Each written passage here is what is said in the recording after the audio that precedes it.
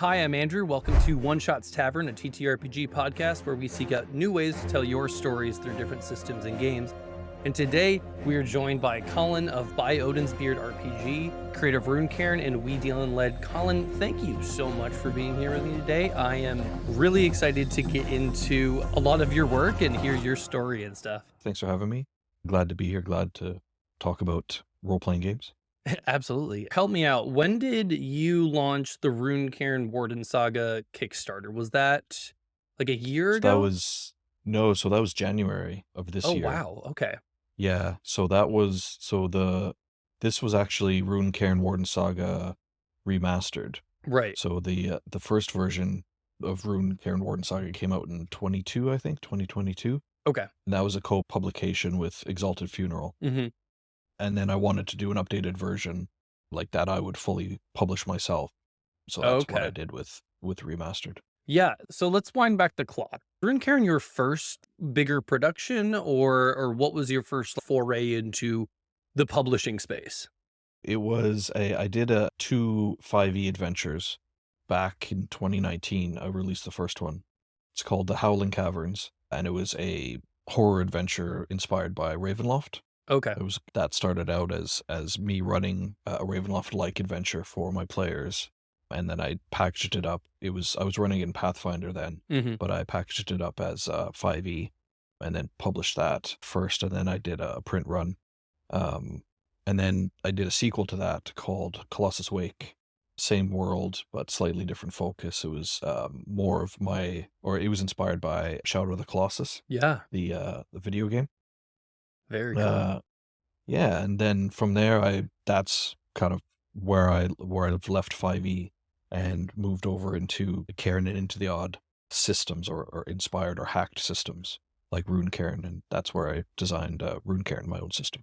That's awesome. Yeah. I mentioned a little bit of our story before we started recording, but getting into the space really, I mean, we went full like 2 feet first kind of thing out Yeah. of what we knew into this greater world of RPGs. So we're fairly fresh in it all. So hearing terms like OSR and NSR and like a lot of these games that have had actually a decent history Mhm. in this space and in the hobby, like Cairn and Into the Odd, and especially like even Knave, I had heard these names for so long Mhm. before I ever picked up the book and actually read about them. For you getting into that space, having come from more of that WotC bubble, what Mhm. was it like not only just as a player and running games stepping into that space, like for Mhm. you but also as a designer and deciding, actually I think this is the space that I want to pursue designing and creating something new. My journey into NSR and OSR started with a lot of people, like I think in a similar way to a lot of people, with Questing Beast and Ben Milton on YouTube. Yeah. So he's definitely like a gateway into non 5e stuff or even non WotC stuff. So I wanted, like, I had it in my head that I wanted to do a Dark Souls role playing game. And I wanted to find the right system for it because I knew 5e was probably going to be a bit too cumbersome. Yeah, you're too Bit too much going powerful. on. Yeah. You Yeah, absolutely. yeah. Yeah, you need to be you need to be a little guy against unstoppable forces. Exactly. So that kind of led me into different OSR and like old school style systems. I thought about doing Old School Essentials. So that's more of a stripped down version of like classic Dungeons and Dragons. Yeah. But even then that had a bit too many moving parts.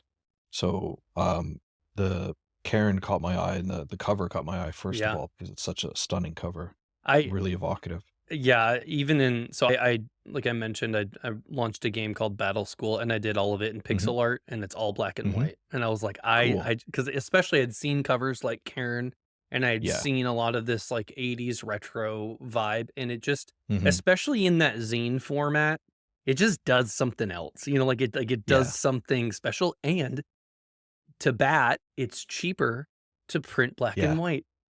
Absolutely. But yeah, So you get man, the yeah. I love seeing Karen, and I hadn't ever really dove into it, and then I saw Into the Odd come out, and Mhm. like all of I'm blanking on the name of the artist that they used all that art, the sci-fi art for. like I had seen their art for years, Mhm. floating around, and I saw it was all on this game, and I'm like, oh, I need to know more about this.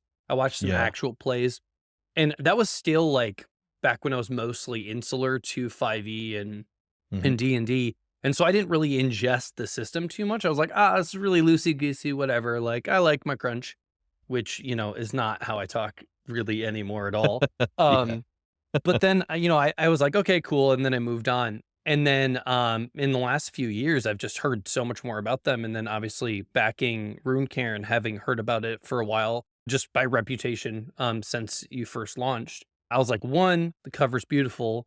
I had seen the previous version of Warden Saga before the remaster, and I was like, "That's cool."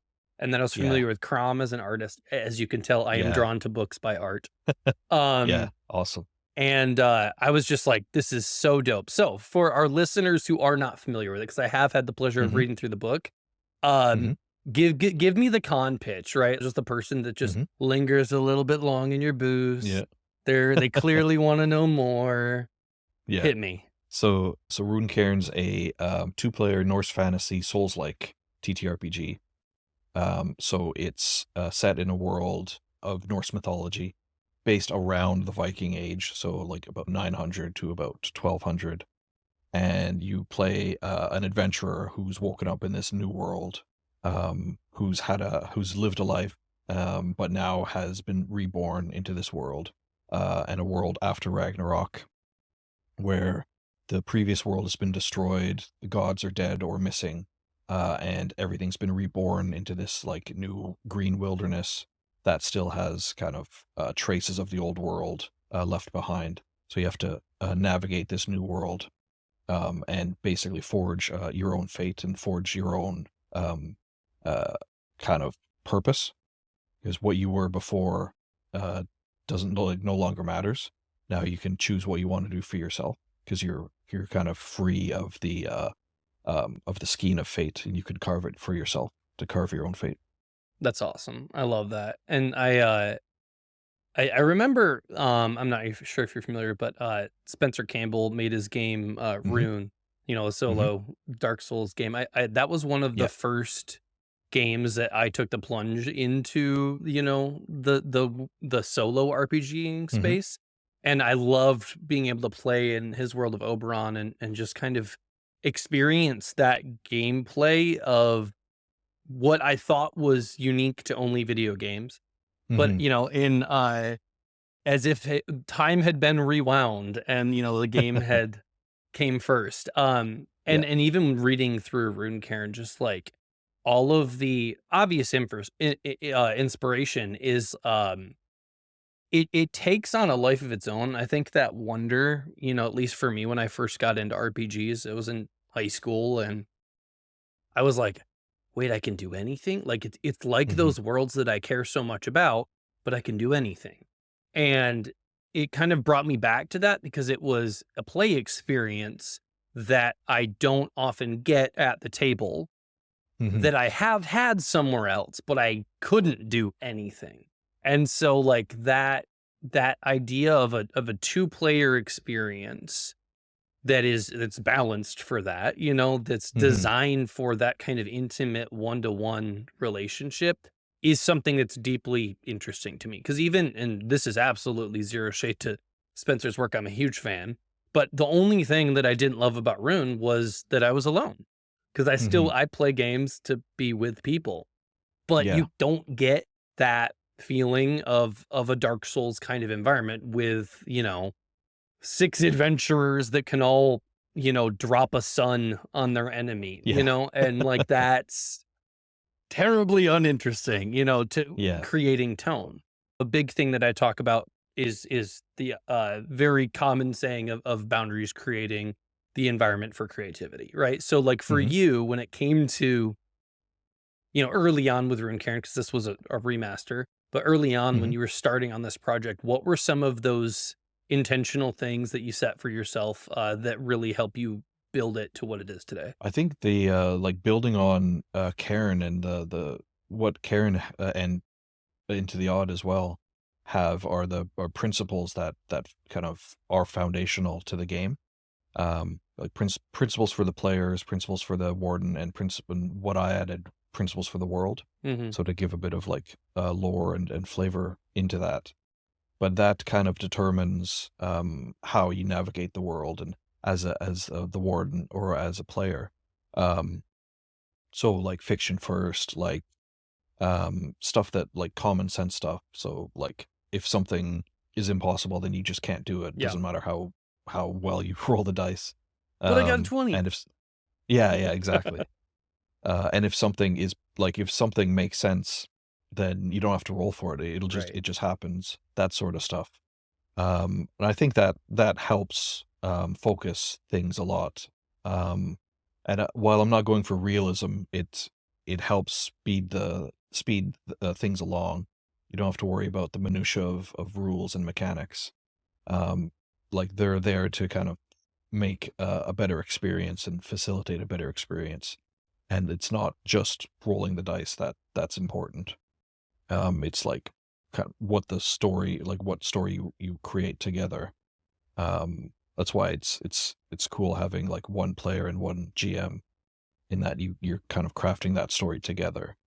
Um, and then like obviously I was taking a lot of inspiration from Dark Souls, so I wanted to have those. I wanted it to feel a bit like that. And that's where like the principles of the world come in, where like um mystery, like there's mystery and danger everywhere, and like some secrets you'll never figure out, like some secrets have no answer.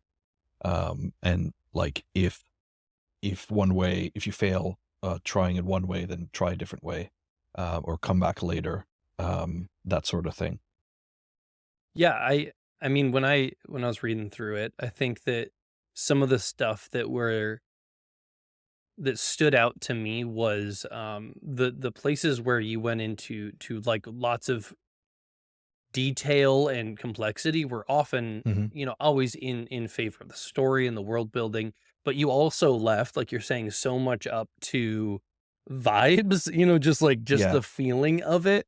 And I think Hmm. that that is, especially at a table of, let's say, like 4 to 6 players, that is Hmm. so hard to do because we're all using different touchstones for the kind of Hmm. fantasy we might be playing, or whatever genre. We might Hmm. be not familiar with other touchstones that the GM is trying to pull from. But I think that, like, in those few times that I back in the day ran like a one-on-one session when I was first trying Hmm. that out, I was like, what if I just like did a one-off with one player and Hmm. just tried to do stuff Yeah. that level of like just personal, for lack of a better term, intimacy of just like, we're Hmm. talking about this thing right now. I care about your character. I'm invested Yeah. in your story, and I'm here to Hmm. facilitate that. Those were the one of like some of the most special moments I've had at the table, with Hmm. friends, that it was a deepening of that relationship, but it was also so easy for us to find those touchstones because you're Hmm. not dealing with a crowd, you're just dealing with one person. I want to hear more about your ideas essentially around a post-apocalyptic Norse setting, right? Like, Yeah. I've always heard about like Ragnarok is coming and like Yeah. the doom is nigh, but the Yeah. doom's already happened. So, like, Yeah. what So was the thought behind that, and what are some of your favorite things you did with that? yeah, I didn't want it to be like there are a lot of like raw Viking blood and guts games out there.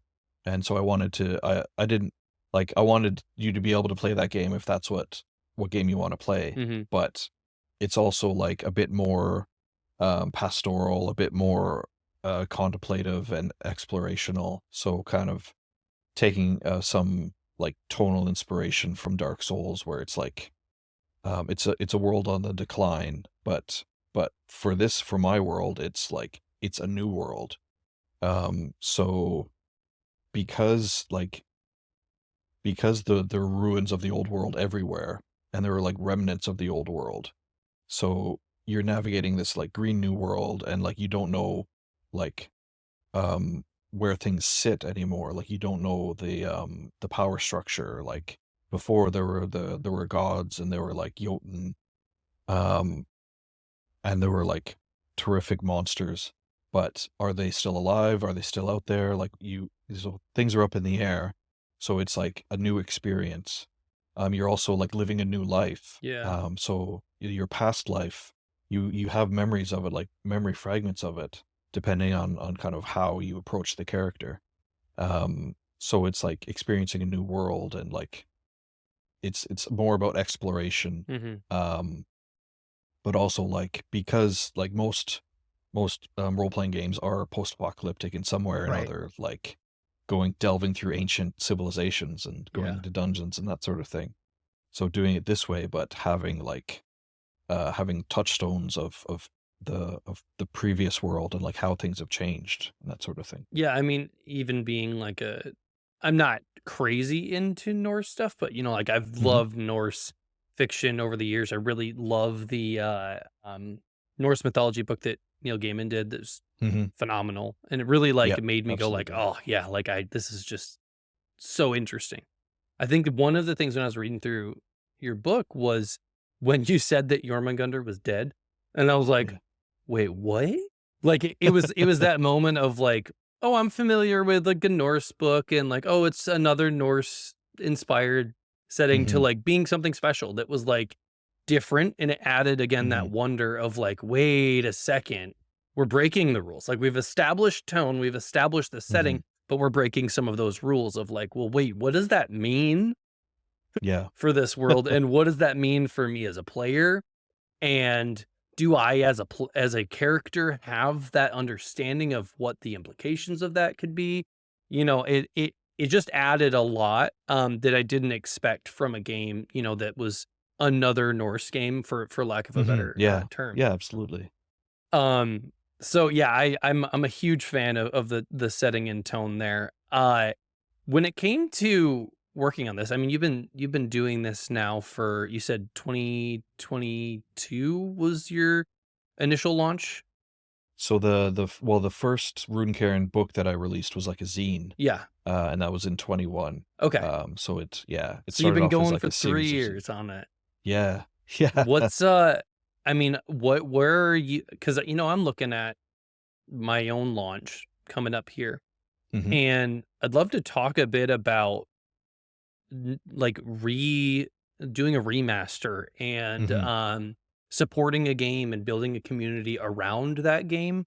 um Yeah, and I'd love to hear where you feel like you've done really well and even places where you haven't, um purely for selfish reasons, yeah, but also just because I know a lot of our listeners are game designers and people working on stuff too, and I think that community building and not just putting games out into the universe and like just leaving them to be is ever yeah, what anyone wants to do, but it's definitely a fear for myself because I'm ready to go on to that next project. So, yeah. yeah, I'd love to hear a bit about that from you. So yeah, like the first version that I released, it was pretty short. It was just core rules and kind of some monsters, and like basically I took Cairn as a blueprint, and like like adapted that to a Norse fantasy setting and changed the rules and that sort of thing. So that was very much my template, was the original Cairn zine. But as I released additional content for it, or additional books for it, like advanced rules and an introductory dungeon, um, like the way I was thinking about it has changed, or the way I um, kind of express the game changed. So that's part of why I wanted to do like a collected edition as the original Runecairn Warden Saga. Put everything in one book, make some tweaks here and there. I was still learning layout at that point too, so I wanted to kind of um, have a better approach to layout, like a more unified approach. So that was how I viewed it. And then also like um, when I release a game, I see it, or I think of it as like a living thing, or like something that evolves.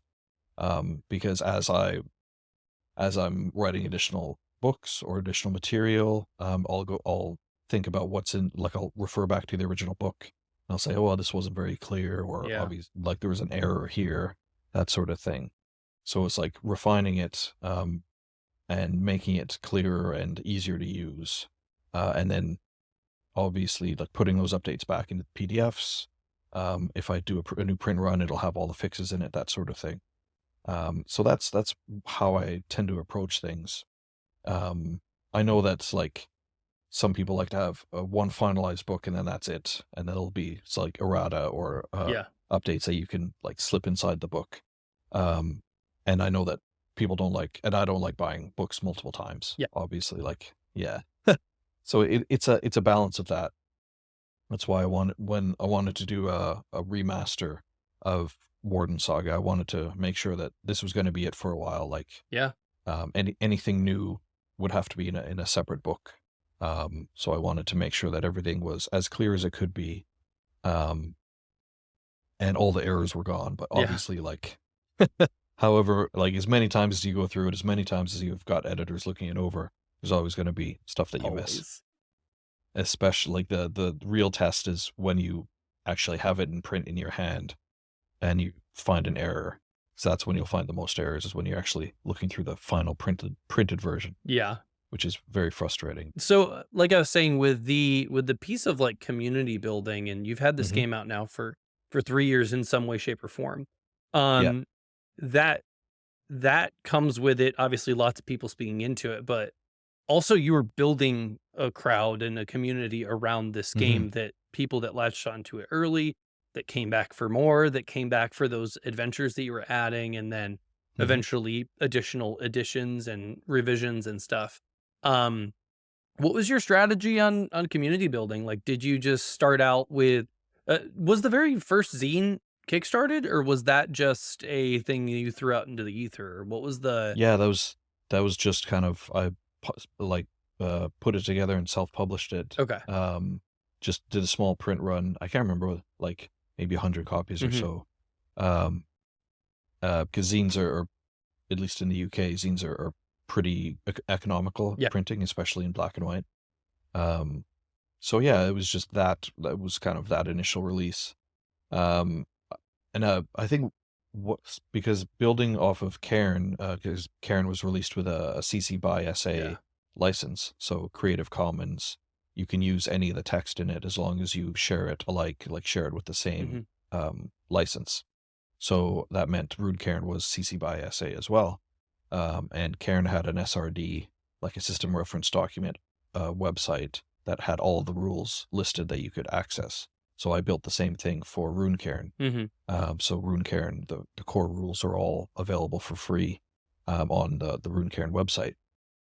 So that was because I wanted people to take it and adapt it and hack it like I did with Cairn, and to kind of like help build that community. Although I didn't really see it like as a community, I saw it like attaching myself to the Cairn Yeah. community. Yeah. Yeah, I mean, But yeah. it's interesting how I've seen more in retrospect, because again, like coming in, not coming in late, but coming in after a lot of this stuff has been going for a while, seeing Mhm. those in indie space that have made those kind of choices to have their game very available. You know, Mhm. they're maybe they have a system agnostic version of it, and they're like, "Hey guys, play with it. Do whatever you Mhm. want and just run with it." And then, you get games more recently like Morkborg, where that comes out and people are like, "This is amazing and so cool." Yeah. And then everybody's making stuff for Morkborg for like, the last couple of years. And then it's like Yeah. you see, and so like I'm kind of discovering a lot of these lanes and like sub communities that have developed around these systems. And Mhm. it's fascinating to me, because again, like I've really mainly been from the D20 size games for so Mhm. long, and then jumping in and saying, all right, like let's try out things that are, in OSR, or whatever the heck the NSR is, or Yeah. like, and trying out games like the Blades in the Dark games and getting familiar with those. It's been, each has their own like little communities, but then like the Mhm. games that pop up sometimes, are able to do something wholly new, and, like build their own space within it, where they're Yeah. not just no shade to anybody that writes for Morkborg content, but it's like, another Morkborg module. It's its own Mhm. thing, and it kind of grows legs of its own. I definitely see Runecairn as doing a lot of that, not necessarily like at all saying like, screw Cairn and what they did. Like, obviously, you have Yeah. plenty of inspiration from that. I'm so early still, like, where technically Mhm. my book's not out yet. Like you can get it on itch right now, but I haven't printed it. Like getting, involved with distributors and publishers Mhm. and like jumping into that side of the business, like that's Mhm. less like the fun community kind of like creative side. It's like a whole nother beast. So you've been doing that Yeah. now since you did that first little self-published run of Runecairn. What are some of the big pointers and or even just like for your own story, like what were some of the big leaps that you were able to take either in building connections or getting into that side of the business? I think I'll start off with by saying like if your game's on itch, then your game is out and Yeah. people are able to play it. So that's a big first step, like getting something out there for people to look at and not necessarily to give feedback, but to start that kind of discussion. Yeah. So yeah, absolutely. If your book's on itch, that means it's out Step there and one. you have released a book. So that's something to be proud of, absolutely. And like I itch and drive through RPG are the two things where I started releasing games. And I think what's important to kind of point out and what a lot of people might not realize is that it's so easy, like the barrier to entry is so low now Yeah. that anyone can make a book and anyone can make a game, which is amazing with the tools out there. And like you can get it in front of people's faces, pretty quickly on Hmm. drive through and really quickly on itch. So that's great. Like that's amazing to do. And there's so much out there, like there's so many people who are willing to share their knowledge and to help you along. And like there's vast amounts of information on how to self-publish and how to set up an itch page and how to format a zine, how to get things printed, like where to look for if you want to sell to shops and that sort of stuff. So there's a lot of things along the way that will help you like once like you don't have to do everything. You don't have to like reinvent the wheel at every step. Yeah. Like people who have gone ahead of you have done that already and they're willing to help you out. That's a great thing about like the indie TTRPG industry and I struggle to say community because that's a loaded term, Right. but yeah. Yeah, and I But mean, yeah. I've shared about that before on here, so listeners have heard me say this a couple times, but, like, I think that when I look at the different creative spaces that I tried to break into over the years, because I, Hmm. did music, I did other stuff in art and whatnot, this space, to not use the word Hmm. community because there's a bunch of them Yeah. within it, this space Yeah. has been the most accessible when it comes Hmm. to people and like what you're saying with willingness to just talk about the Yeah. things they're passionate about, the things that they've worked hard on, or just to listen and hear about your project. Yeah. I remember like back, before streaming and stuff where it'd be like, you want to buy a CD? And people like, get away from me, you have the plague. Like it was that level Yeah. of like, don't tell me about your creative project. Whereas like in this, it's like people will actually want to know about it and they want to have that conversation. And I think it's because there's a like like an obviously there's the storytelling side of it because we're all nerds Hmm. that like telling these silly stories, but also there's Yep. like an intellectual, almost like philosophical conversation that goes on that we all love to engage in. That's Hmm. not sometimes people are like, there's wrong and right and blah blah, but Yeah. there's also so much of that nuance in this space because there's so many ways for us to facilitate storytelling. And, Hmm. each of these games builds on games that came before it because you can't copyright rules. And Absolutely. you Yeah. get to use that as your benefit, in, telling the greater story of what these tables are able to facilitate. So Hmm. I'm a huge fan of Runecairn. I'm really excited to see what you're working on next. Do you want to talk a little bit about that? Share anything with the world of what's coming up, what to look for, and how to find you and whatnot? Sure. Yeah. So Runecairn is kind of like I've got two major or two kind of main games or like systems that I'm developing for now that I'm writing for. So yeah, there's Runecairn and then there's We Deal in Lead, which is again a Cairn based or like a hack of Cairn, but it's my version of Stephen King's The Dark Tower. Oh, So that's yeah, so it's a Weird West gunslinger TTRPG. okay. Um, so yeah, I took the framework of Cairn and added gunslingers to it. So I had to kind of change the mechanics a little bit. But it's set in a kind of similar world to the Dark Tower, where it's like outside time and space, and you've got slip doors that lead to other worlds and other realities and other times. But you can also go into other systems and other genres. Okay. So yeah, so I've had it's built to have So it Cairn works into with the odd. Runecairn. Exactly. Yeah.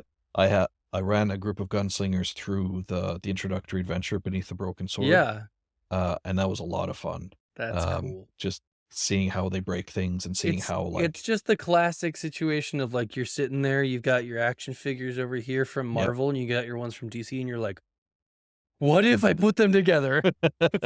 Exactly. So you've got gunslingers blowing the hell out of Yeah. like this demon from Dark Souls Oh, essentially. that's so good. Yeah. So yeah, that's kind of the other like that. The one pillar is Runecairn, and then the other one is We Deal in Lead. So I'm working on a new We Deal in Lead adventure, because it's just the core book, and I've got an Ashcan like location zine called Omega City for We Deal in Lead. But I'm working on additional adventures for it. So I'll have one out hopefully by the end of the year. It's a bit slow going just with all like the Warden Saga remaster took a lot more time than I expected. Mhm. So that's kind of in the rearview mirror now. Like I finished Yeah. fulfillment and everything. But I'm also working on a new system, like a totally different system. And this one's totally different from well, not totally like the core system is going to be similar, but the setting and genre is totally different. Oh, very cool. So yeah, it's a 90s set serial killer investigation game. So inspired by stuff like True Detective, Millennium, Twin Peaks, Yeah. Hellblazer, like the Very John cool. Constantine comics. Yeah. So it's that's called Midnight of the Century. And you're gonna be it's gonna be built on liminal horror, which is another Cairn hack. Okay. But the focus is gonna be investigation rather than combat. So yeah, I'm excited about that. You play investigators hunting serial killers on in a rain-soaked city on the edge of apocalypse. So set in Solid like tagline. 96, That's 97. good. Yeah. Oh So man. I'm in the research stages now, and like building what the rules are going to look like, and what sort of adventures they'll have, like so what sort of cases Yeah. they'll investigate, that sort of thing. That's so So that's awesome. going to be my Well, I'm third excited. I'll be pillar. looking out for that for sure. It is an absolute pleasure to get to talk to creators, but this is one I've been excited about for a long time. So thank you again for being on, Colin. I'll include Sure, your no problem. links in our description and stuff, and everybody can check out Colin's work from By Odin's Beard. Check out Warden Saga, pick up a copy today, and this has been a blast. Thank you so much, Colin. All right, no problem. Thanks for having me.